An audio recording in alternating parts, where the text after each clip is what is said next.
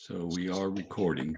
Our presenter tonight is Rachel Blevins. I think most of you know her. She's Ranger, I think Chief Ranger Visitor Experience at Natural Tunnel State Park. And of course, she's a Virginia Master Naturalist with the Untitled Chapter. And we're pleased to have her tonight to do a program called Birding by Ear and Sight. So it's all yours, Rachel. Okay.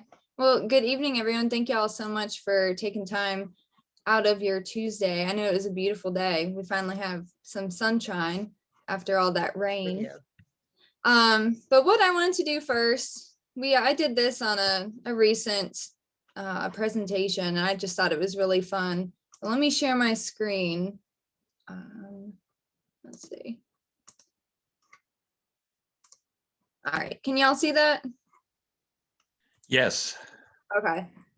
But basically what this is, it's called a Mentimeter, and I asked you all to come up with some words that first popped in your head when you thought of birding. And the bigger the word, that means that's a word that most of you all submitted. So obviously binoculars was a good one. Calls I see in there, and species. Some of them are sideways. Seeing and songs. So it's just really interesting to kind of get to see how everyone's brain thinks. We all think differently, and hopefully you will get something out of what I'll share with y'all tonight. But what I'll do is hop on over to my presentation, and then we'll get started.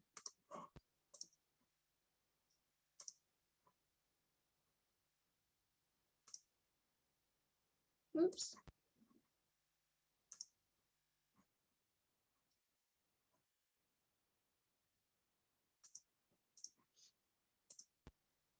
Okay, so what we're going to do first, I know Chris had mentioned birding by sound and sight, but we are going to cover sight first, and then we will go into sound in the second half.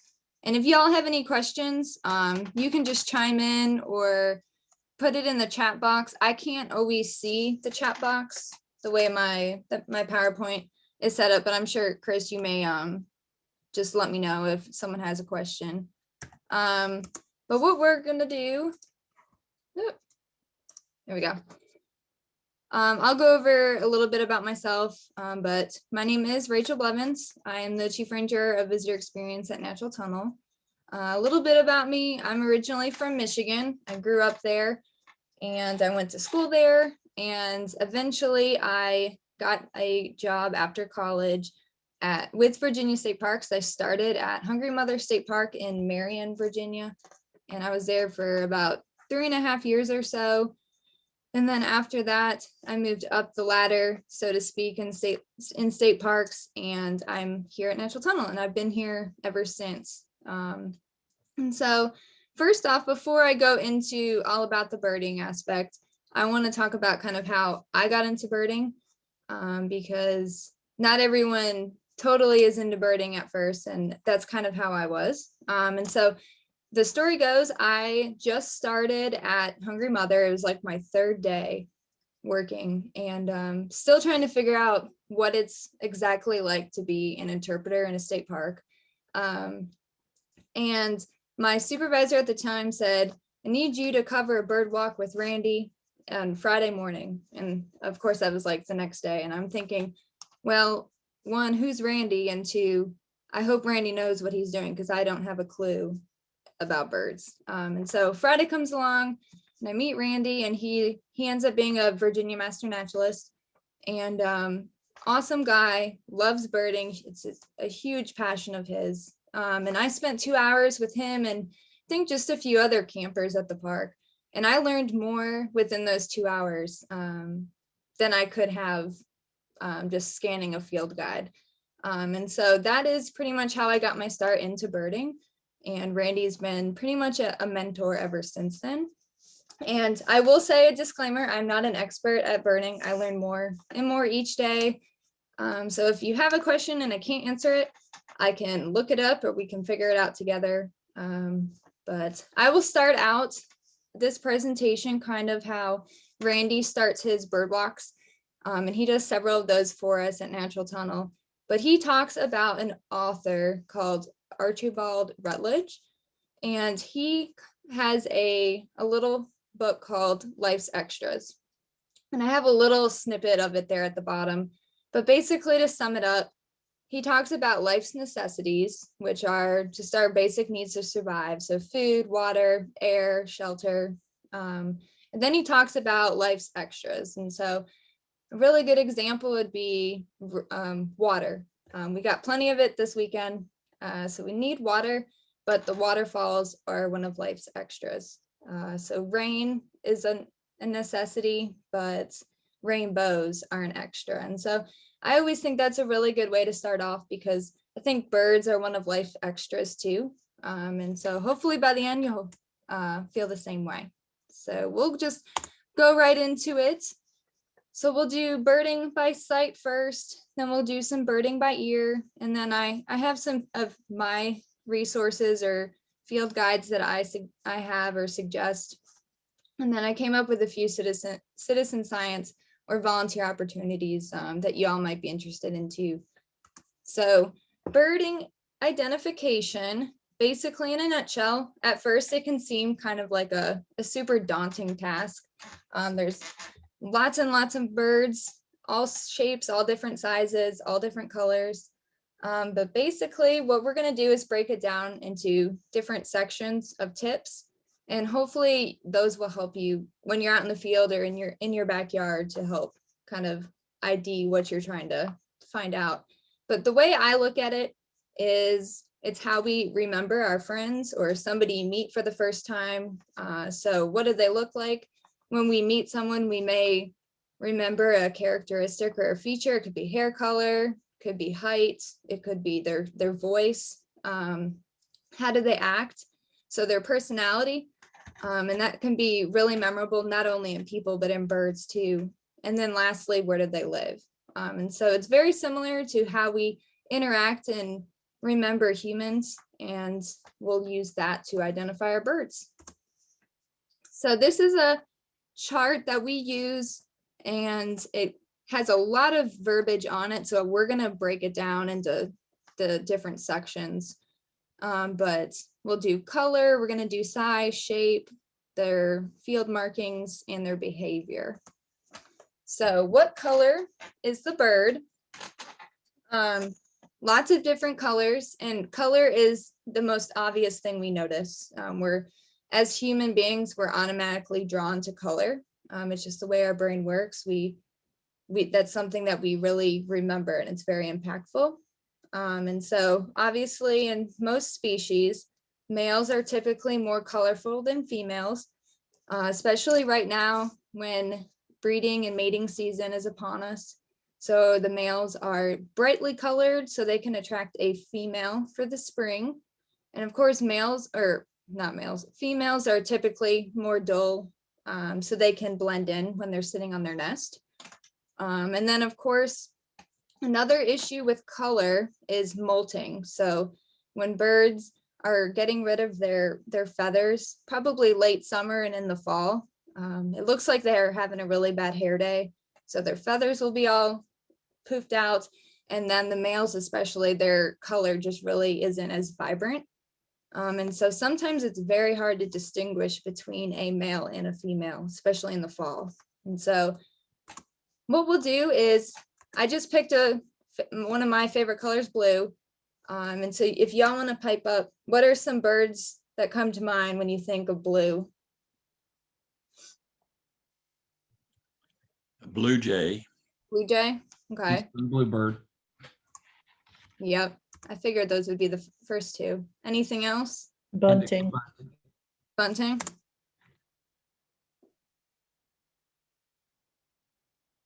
Any others? Great blue heron. That's a good one. I didn't add that one to my list. Maybe a purple martin if you count purple as a type of blue. Yeah.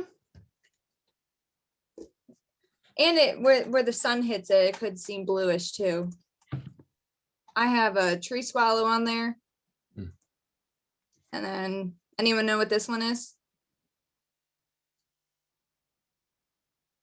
A lark? This is a blue grosbeak. And it almost looks very similar to the bunting, which is below it. Just the field markings on the wings there with the orange. And then I added in a black-throated blue warbler. So there's lots of different birds that are blue, right? And so when we are out and we are so dependent on color as our ID, it doesn't always work in our favor, especially if we just get a quick glimpse of it. And so one common thing that happens is if it's a super sunny day or if it's very overcast, this happens where you just get simply a wet. And that is when color's out and you have to depend on a few other tactics. So size is a really good one. There's a really good range that you can use. And it's basically placing the size of the bird based on bird we're familiar with. So most of us know that a sparrow is a pretty small bird. The next up is our robin. And then we have our hawk, and then of course, a goose or anything taller than that. And so if you can place somewhere along this range where or what your bird is, it'll help you identify it based on size. And then the shape of the bird, good one. So every bird has defining features on it, whether it's in the body itself, the head, the beak, and the tail.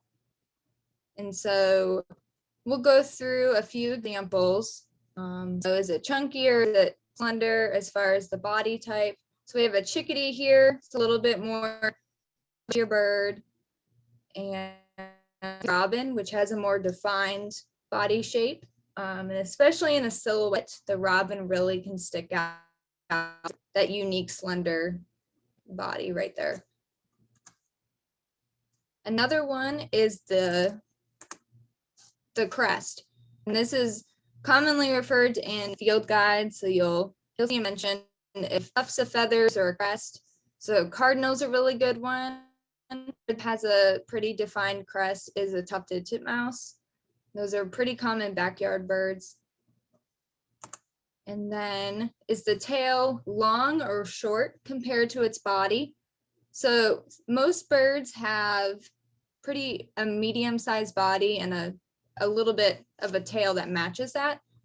This is a Carolina wren, and it's very unique, especially if you only have the silhouette. Its tail is almost as long as its body, and the Carolina wren is not a very big bird, so it's actually a little bit smaller than a sparrow. And so that's, for that little bird, that's a long tail. And it really sticks out. So most of the tails, they will kind of hang down compared to the body. This one kind of sticks upward. And we'll talk a little bit more about the Carolina wren. They like to be known. So, and then beak. So we have our robin again, and I'm using some birds that most of us are pretty familiar with because it's good to practice identifying birds based on things we're comfortable with versus warblers and waterfowl and things of that sort. And so if we look at different beaks here, tried to find 3 examples that are very different. So we have our robin, which is a pretty medium-sized beak. And then over here to our left, we have a downy woodpecker, and that is a pretty short beak in retrospect to the bird. And another bird that is very similar to that is the hairy woodpecker. Only difference between the two, or the easiest way to tell the difference between the two, the hairy woodpecker is a little bit taller or bigger in size, and the beak is much longer. And so the beak is oftentimes something I look at first to help distinguish whether it's a downy or woodpecker, or a downy or a hairy woodpecker. And then lastly, over here, we have a rose-breasted grosbeak, and it's called a grosbeak. They're in the grosbeak family, so very similar to a cardinal. They have that kind of shortened, stubby beak, and that's really used to help crack open nuts and seeds. And so you're just looking at a silhouette, you can easily at least help identify maybe what type of bird you're looking at from not only the body shape, but the beak. Those are really good giveaways. So any questions so far? Okay. Another thing to look at are field markings. This is something, if you're looking in a field guide, there will be a section and it'll talk about field markings and things that you'll read often. It'll mention eye rings. So the robin, I'll go back real quick. If you look at the robin in this photo, typically they have a white ring around their eye. So that is a good example of a bird that has an eye ring. Another real good thing to note is the wings, and typically they will mention, it's called wing bars, and they'll mention colors on the wing bars. And so a mockingbird has very bright white feathering on their wing bars. And if you happen to see a gray bird that maybe flies across you when you're driving or in front of you when you're hiking, and you see just that bright blotchy white on the wings, and it's a pretty gray bird, you can almost easily say that, yeah, that was a mockingbird. And then another thing to note, just because we're looking at this image, a lot of birds are named, their name is in their name. And so you have things like yellow-rumped warbler, and so they'll have yellow on their rump. You'll have the black-throated blue warbler that I had shown y'all earlier, and that's because they have a black throat. And so a lot of the bird's description is within their name. And so just knowing the different parts of a bird and where their field markings at not only helps you remember their name, but also the description of it. And then also the bird's behavior. And so this is when we kind of get into the just going out and observing and getting to know them and watching their personality. A lot of them, the more you watch them, the more you'll remember how they act. And some of them are pretty unique. And so just a few examples, I just wanted to list a few out. I won't go through all of them. So observe whether it's eating from the ground or from a tree. Is it solitary or is it in a group? Cedar waxwings, they tend to be high up in the trees and they will be in pretty large flocks. Movement, so is it hopping on the ground? You'll see robins, they'll hop along the grass looking for worms. Warblers are some of the trickiest birds to identify, and partly not only because of all the different colors, but because they do not stay in one place for very long. And so if there's a tiny little bird that's in a tree or in a shrub and it's not staying staying put for very long, could be a warbler. Flight pattern. So a good example is woodpeckers. They do a flight pattern called undulating. And so basically when they're flying, they are doing kind of like a wave. And so they'll do a wave flight pattern. This image kind of shows you what that is. So if you see a bird flying up and down like that, it could be a woodpecker. And then I added in, does it bob its tail? And so a very good example, if you ever see a bird, it's on a tree limb or a power line, anything like that, it's probably an eastern phoebe. That's very, very characteristic of an eastern phoebe. So I will see if I can play that for y'all.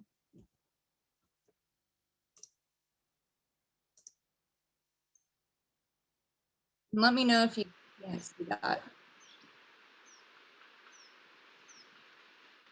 But you can sort of see. Yeah, we can see it. Okay. It's bobbing its tail. And this is actually a fledgling from last spring. So it's just learning to bob its tail.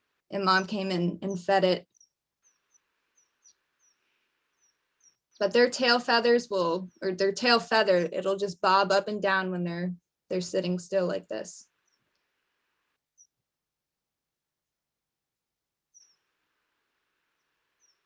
All right. And then other observations. So one other thing to think about, especially in our area where we are kind of in the midst of northern species and southern species, is to check the range.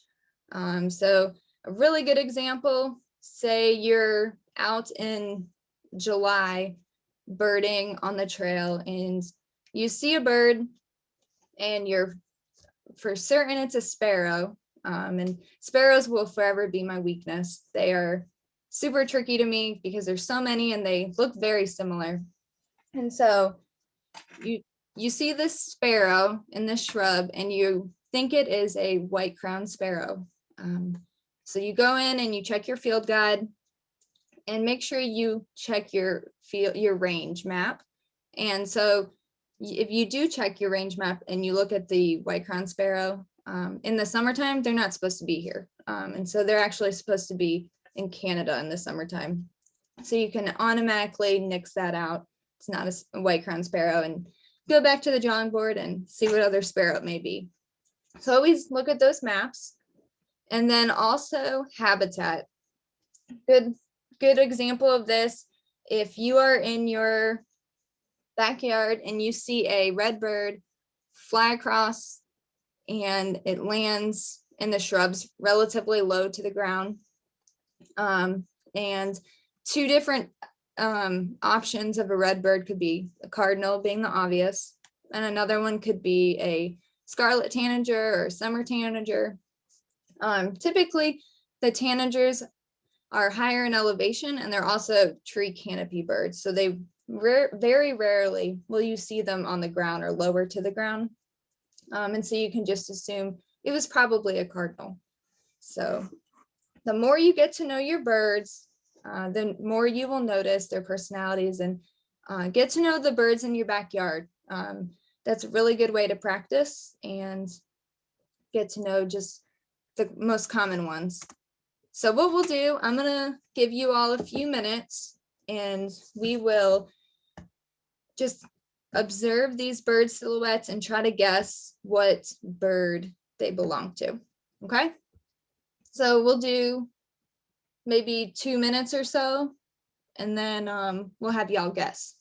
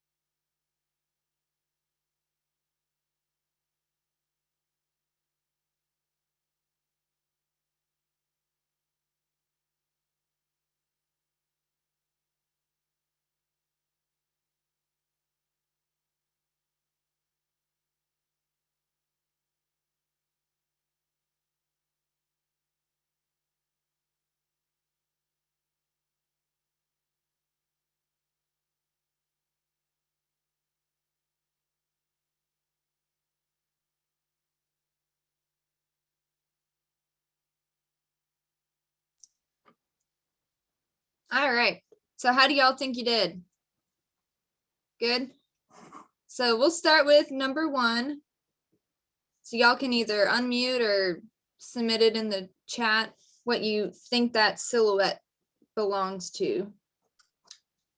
Morning dove. Morning dove. Any reason why you thought of that first? the body shape resembles the doves that we have. Okay, very good. And what about number 2? Kingfisher, Kingfisher. Why? crest.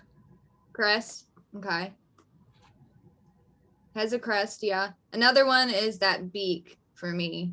And then of course, kingfishers are not super big birds. And so just having that short body like that, I'll show you all a real picture.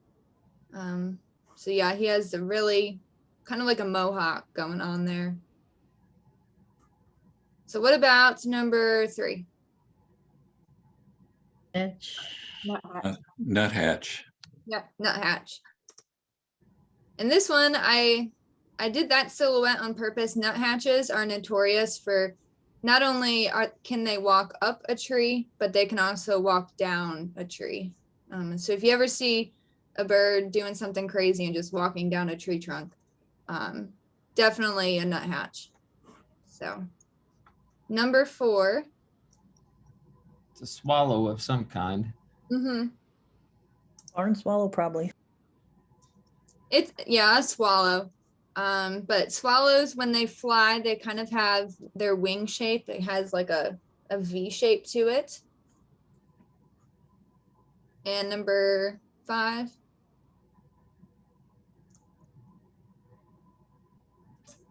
Heron? Yeah, heron, or it could be some other type of, it could have been an egret or a crane, just based off the silhouettes. But yes, great blue heron for that one. And number 6. Maybe a grosbeak. It could be a grosbeak or a finch. This one I did finch, but because I can see where you are coming from because of the shape of the beak there, Chris. So I would go either or on that one. And that's a house finch. Yes. Yes, it is. And there are lots of other finches just other than our goldfinch, which usually gets is the most common one that we recognize. But house finches are just as common, especially at the feeders. What about number 7? Carolina wren. Yeah. And again, that tail just sticks up just like that. And the bird, if anyone's ever observed a Carolina wren, I have one here at my house. It's just really obnoxious. And so this one just looks like it has an attitude. But that tail just props up and they just act like they own the place around here. And number 8. Woodpecker? Yep. And it didn't have to be any sort of woodpecker. I used the red-bellied as an example, but just that rounded head, and then of course the way it's standing or resting on that tree trunk also gives a clue. And then number 9. Robin. Yeah, good job. And then number 10, this one's kind of tricky. Phoebe. It's like a Phoebe to me. Yeah, good job. So phoebes are in the flycatcher family, and they have a pretty distinct silhouette to me. To me, they kind of have a poofy head, and then there's just a really slender body, and then that tail, the way it rests like that is very distinctive of our phoebe. But good job. Y'all got them all. So what we'll do is we will move into birding by ear. Birding by ear is not the easiest of tasks. It's one of those that it takes a little time and it takes a lot of practice. But what I do is I tend to practice or try to learn maybe 2 to 5 new calls every year. And the good thing is we're kind of talking about this right at the start of spring birding season. And they're already starting to chit chat out there, and it'll only ramp up as the weather gets nicer.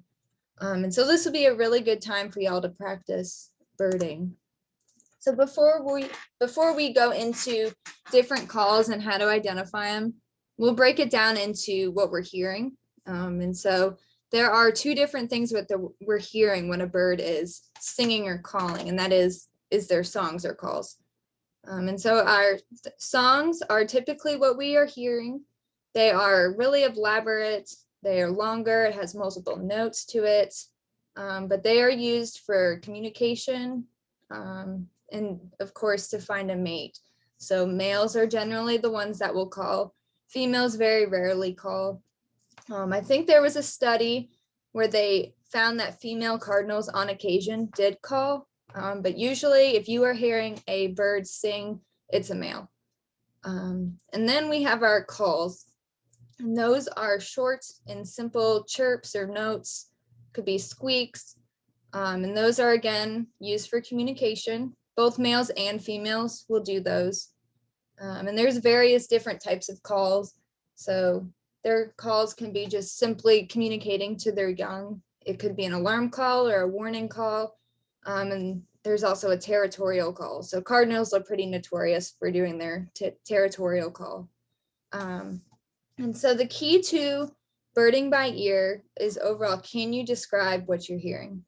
So it's the key to not only remembering what the call is, but just breaking it down, and it'll help you remember it. So what we'll do is go over a few things to help you break down what you're hearing. So how does it sound? Is the pitch high or low? And I will show you, I have some examples in here. So this is a cedar waxwing that y'all are going to hear. And they have a very high pitched call. And it's pretty easy to pick out just because of how high pitched it is.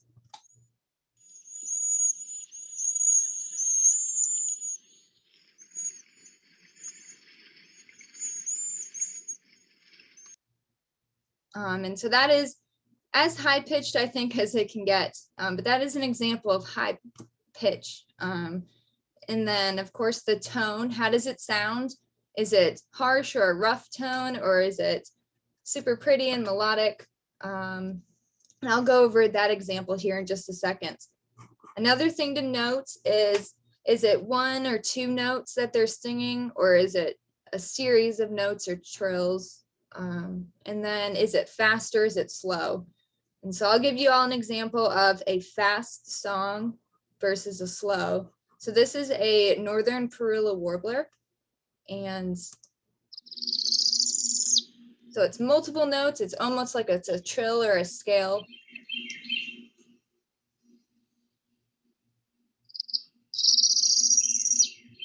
And it's a pretty fast song. And that just noting that it's fast, it goes upwards, the notes go upwards, are good things to note and write down to help identify it. And then I'll give an example of 3 different birds that have pretty much a very similar call, but their tone really helps distinguish it. So I'll start off with the robin. Their call is, it sounds like cheerily, and they'll just repeat the word cheerily over and over again. And I think it's a pretty sound example that spring is here. To me, when I started hearing them last week, I knew spring was near. So I'll play that one for y'all first.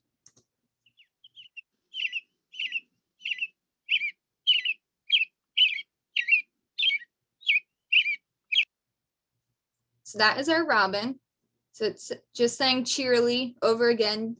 Some folks can hear it, some can't, as far as the exact cheerily, but it's pretty close. And then I'll play the next one, which is our scarlet tanager. And the best way to remember their call, or I'm sorry, their song is, it sounds like a robin with a sore throat. And when you play it, it does sound like it has a very scratchy tone to it. Keep losing my mouse.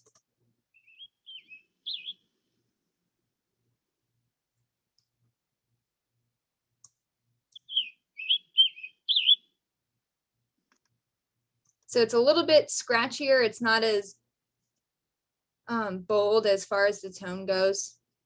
So just remember, if you hear a robin that might need to call in for a sick day, could be a scarlet tanager.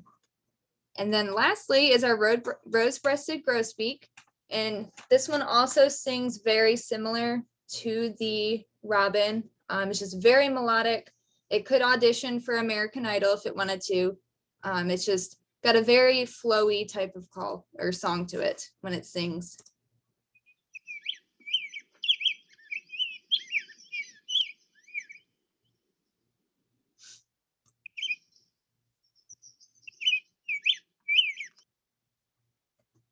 And so that's a very common example of three birds that have very similar patterns as far as their song goes, but just breaking it down into, does it sound melodic? Does it sound harsh? Things like that are how you can describe how it sounds. Did anyone want me to repeat any of those, or? All right. So the next thing we'll do is I'll just give you all a few examples of some easy ways to remember some birds. The way I use these quite a bit in the field are word associations, so the mnemonics, and here's a few. So the eastern towhee, when it sings, it sounds like it's saying drink your tea over and over and over again.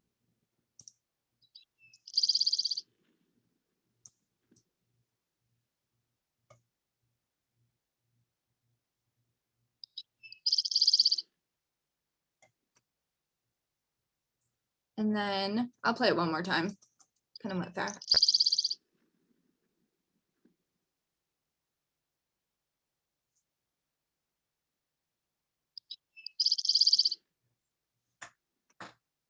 Another one, I didn't put this one in here, but the barred owl, when it calls, it sounds like it's saying, who cooks for you? Who cooks for you all?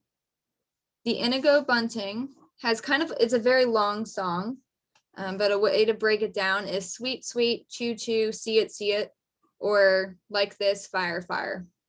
And I'll play that one. You kind of just have to listen to it a few times. But the best way to remember this is the pattern is two notes and it spaces it, another two notes and it spaces it out. That's how I remember it. And we all learn and think differently.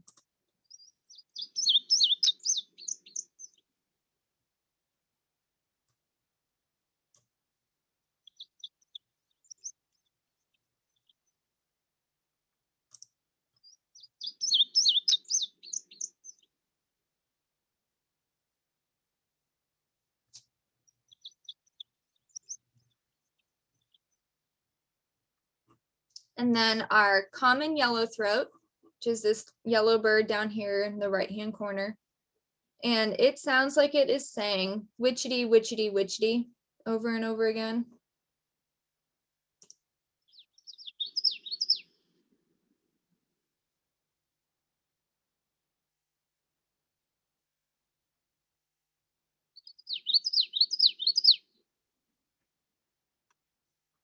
And then lastly is our Carolina wren. And a good way to remember this little guy is it sounds like it is saying tea kettle over and over again. So tea kettle, tea kettle, tea kettle, tea. If I can. There it is.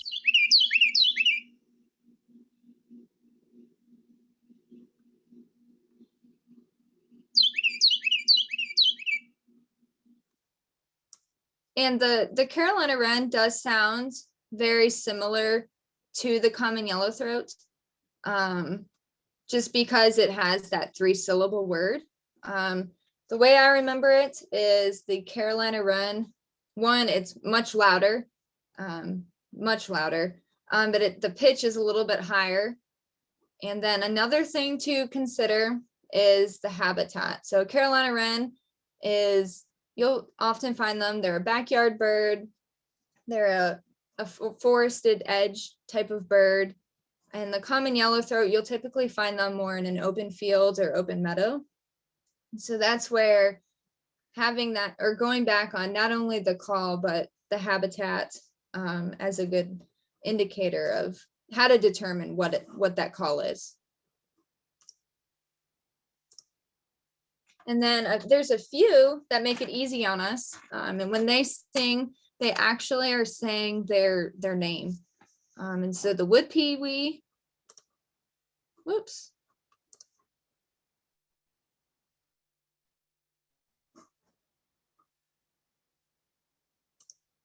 I'll play the Phoebe first. How about that?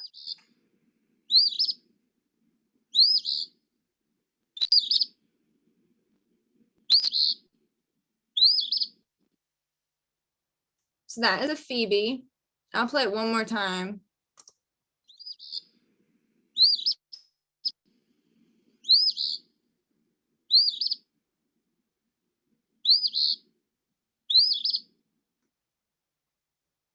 It's a Phoebe. I'll have to come back and play the Pee-wee maybe at the end. It seems like it's not wanting to load. But then the chickadee, though, sort of says its name, chickadee dee dee. That's a very common one we'll hear out.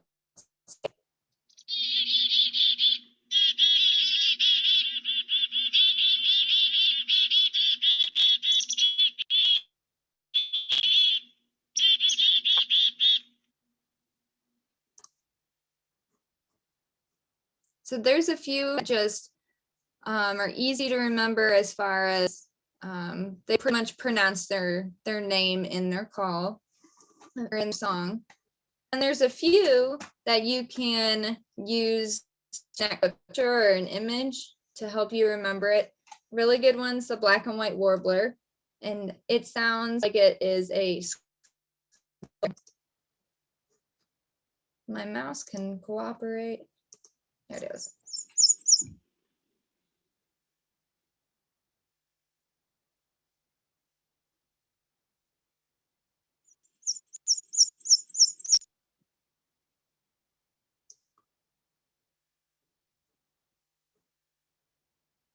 Then the field sparrow, the way I remember it, it kind of sounds a ping. So if you drop a ping pong ball, it will eventually, it slows down.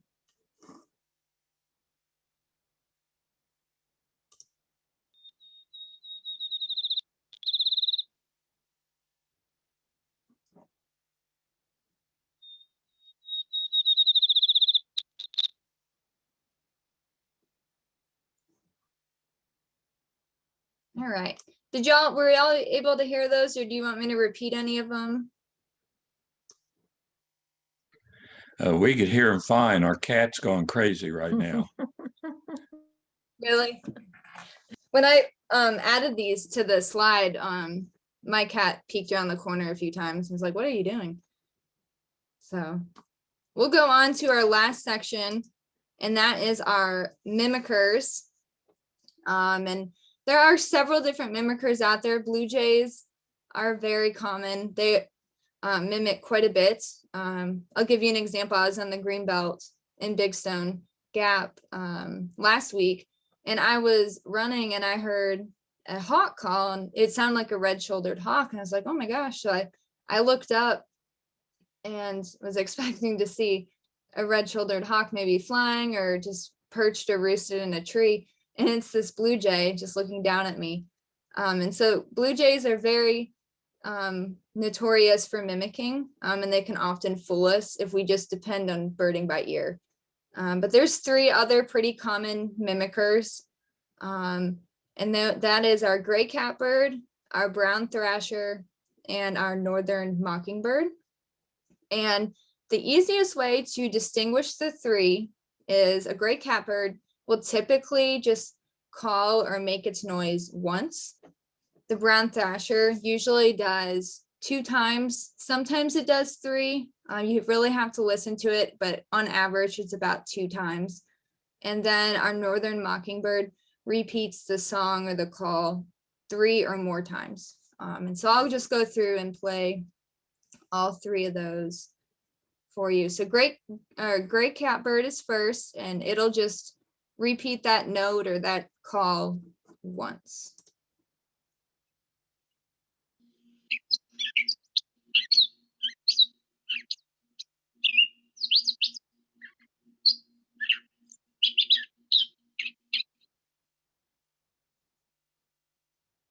And then our brown thrasher is typically 2 times.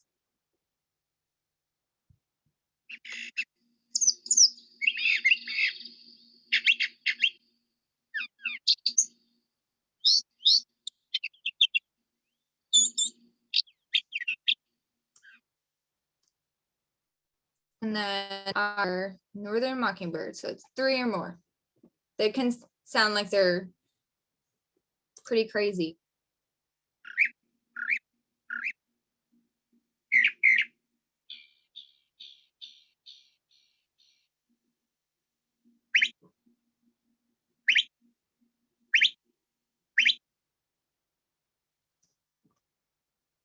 And so when it comes to those mimickers, what you'll do is they'll repeat a certain sound, either that 1, 2, or 3 times. And then they'll pick a new sound and they'll do that one. And so they're just picking sounds that they may have heard, or they'll pick up on other different bird calls or songs, and they just repeat those constantly. So if you hear a bird that is super repetitive, it very well could be a mimicker, and just listen to how many times they're repeating that sound, and then it'll help you kind of identify it. And of course, you can hopefully maybe get a glimpse of it in your binoculars or by sight. But here are some tips for me. I didn't start out birding by ear as one of those things. I really just started to practice, and I learned a few each spring birding season. But what I started doing was just listening to some of the birds at my office at work. So get to know your neighborhood birds. So practice what you hear outside or a place you commonly go, and you'll get to know them. And then once you go somewhere else, you'll be able to recognize them there. And then of course, write down or even record. Most of us all have smartphones or some type of recording device on us pretty much all the time now. So what I do when I hear a bird call or song that I've never heard before, I'll just record it, whether I take a video or the audio recording, and I will take it home with me and I'll kind of write down or describe it to myself, and then I'll listen to it and I have that to go back on. Another thing is, if you come up with some crazy description of this bird did a crescendoing it got louder, it had 2 notes, you come up with some crazy description to describe it, you can find it when you Google it.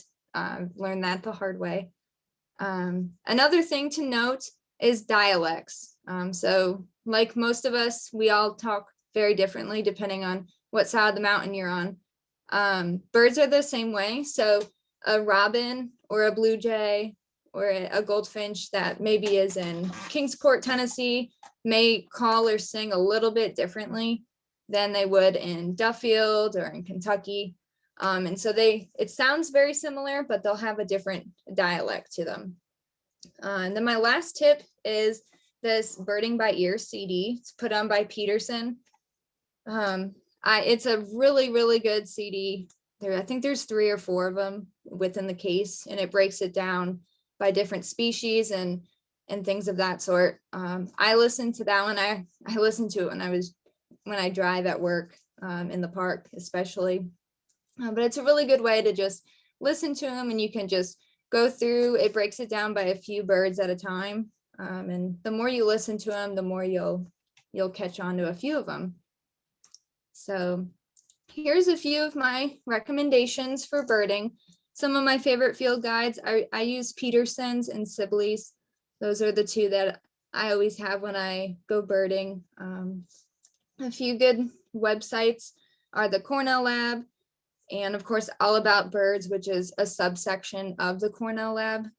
Very, very good resource. any topic on birding, you can find it there. Of course, the Audubon Society is a really good one. And then my favorite thing to use is the Merlin birding app.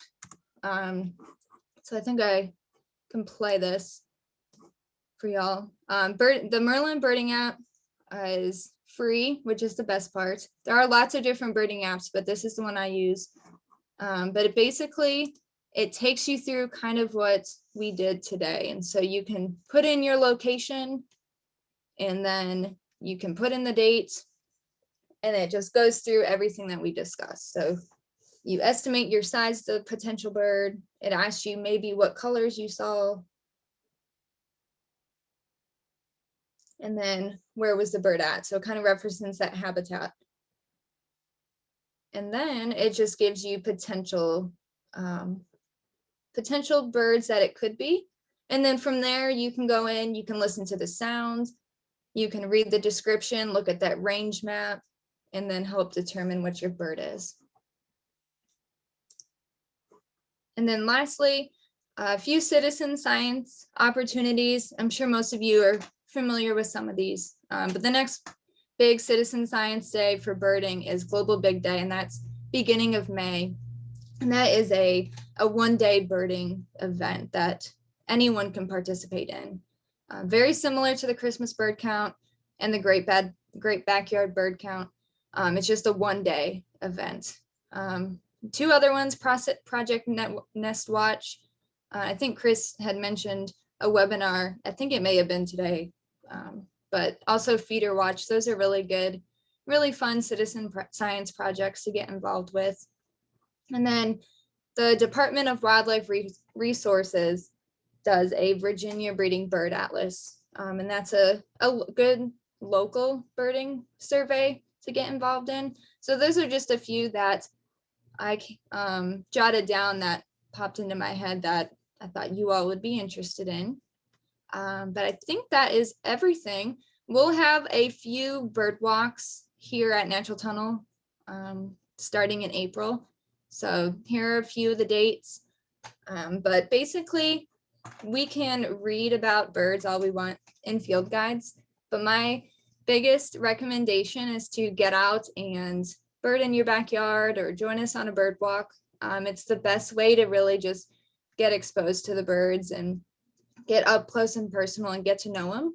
And it's the most memorable way. And I think the most memorable way is the most impactful way for us to really get to know our feathered friends. But I will open it up to questions, but thank you all so much. And hopefully you took something away from this and you'll notice a few more feathered friends tomorrow morning on your way to work or wherever you go.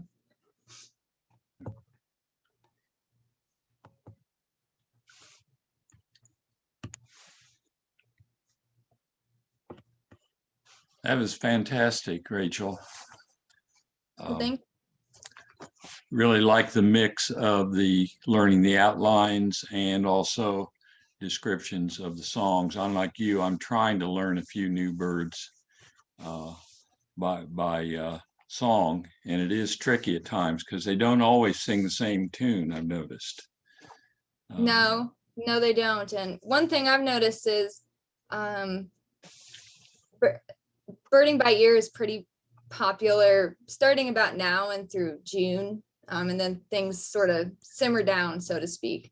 But right now I'm a little bit rusty just because we've had a few months off. So I'm just having to go through and kind of remind myself. So it takes a lot of practice. There's a lot of folks out there. Steve Hopp over at Emery and Henry, phenomenal birding by ear.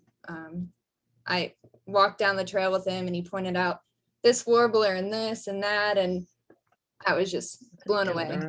Red shoulder hawks on the greenbelt too. Though.